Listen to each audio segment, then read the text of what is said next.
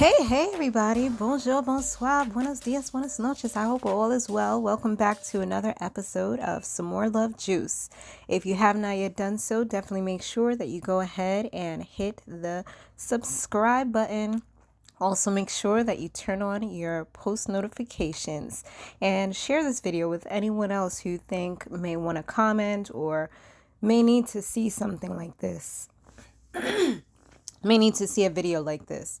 So, guys, Karen strikes again, but this time we don't know who Karen is. She did it undercover. So, with this particular incident, a neighbor of one of the households that the realtor was showing happened to call the police and say that I guess there was an incident maybe about a week ago that somebody actually did get arrested. I don't know what their ethnicity was because they never showed it, what their race was.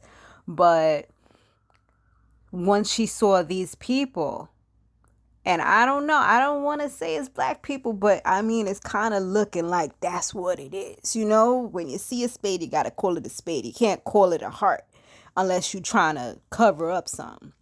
So anyway, so she saw them.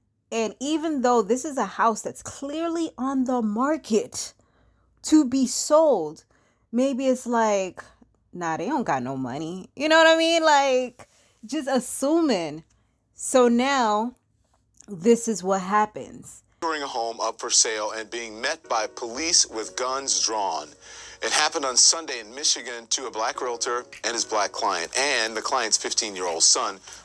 Now, they say if they were white, it wouldn't have happened.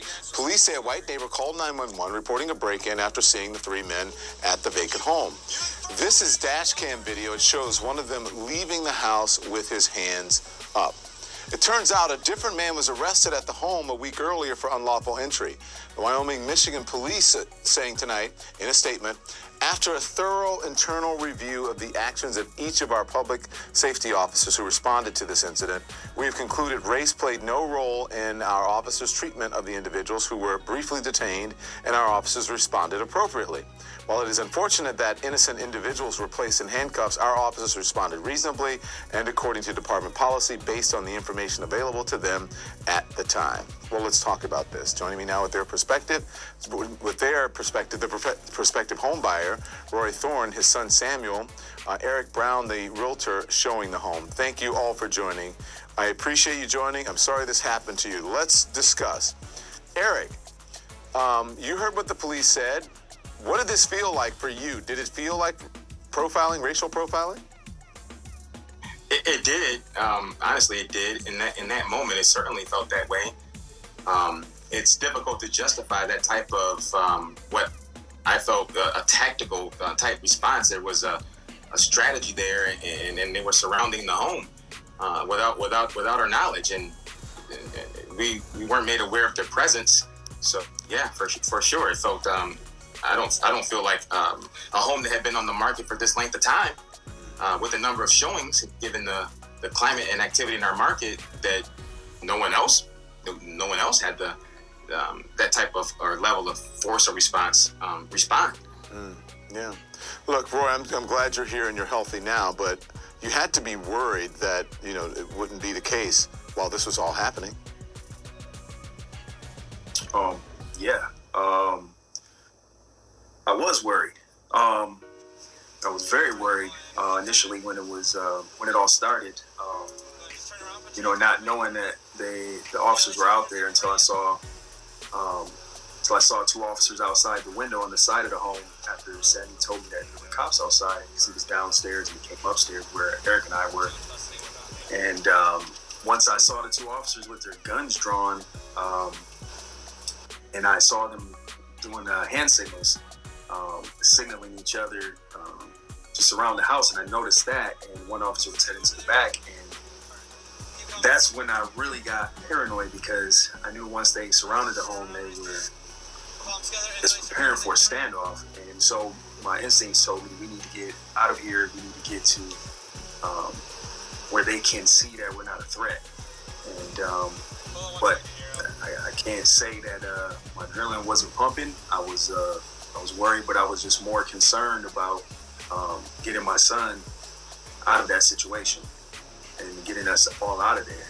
So yeah, I was scared. I'm just wondering, I mean, what were the handcuffs? All you guys walked out, you complied. I'm just wondering, was there a need for handcuffs? But, you know, anyway, listen, Samuel, I'm so sorry this happened to you. You know, people, just so people know, you're only 15 years old, and I imagine that this was extremely frightening for you. What were your feelings after seeing all of this, after all of this happening to you? Well, in the beginning, when we were upstairs, is when most of the, I would say, like, shock and initial fear kind of happened. Because it went from, Dad, there's cops outside, to come outside with your hands up. So that was kind of like from just 0 to 100. So that's pretty much what I felt, was just like confusion and shock and fear for the most part. Because I had no idea why they were all down there at that time. Yeah, Roy, I understand you made sure that you put Samuel behind you, so just in case something happened, that it could happen, it would happen to you instead of him. What do you want to say to the neighbor who called the police? That's why the response here. Well, to that particular neighbor and any potential neighbor, my message would be, you know, we're just like you. We occupy the same space. We do the same things.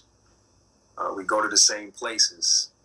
And, you know, if you see a crime, what a crime. But if you see people, black people, any minority, don't report people doing normal things.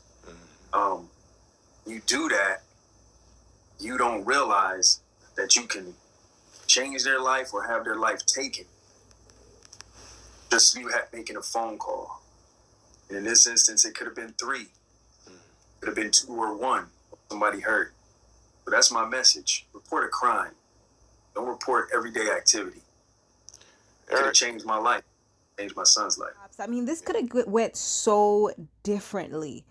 And luckily it didn't. And I'm going to show you guys the video towards once I finish doing my little commentary here. But I just wanted you to kind of know how I felt about this particular situation.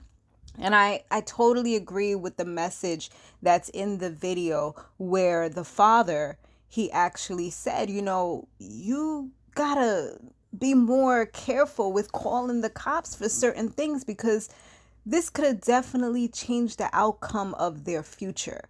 They could have, if these were trigger happy cops, they could have gotten killed. You know, they could have went to jail.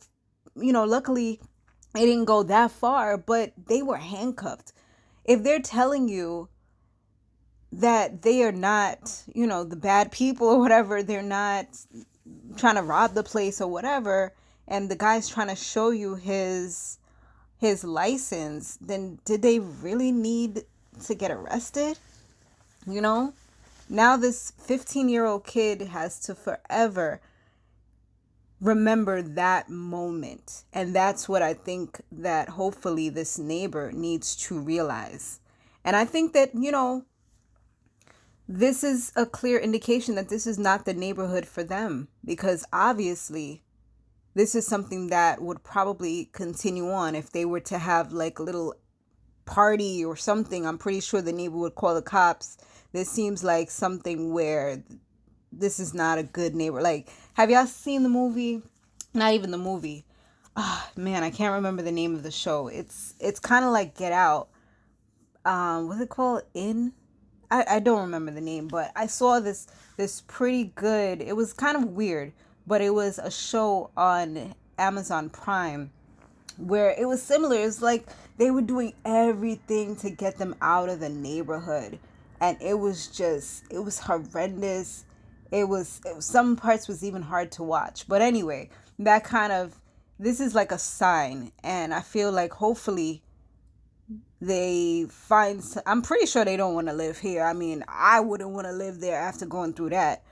But now I feel like perhaps they'll be able to find some place that will be more suited for them, where they'll be accepted. But here goes the video. You guys let me know what you thought down below. Thanks so much for watching. I'll see you guys in the next one.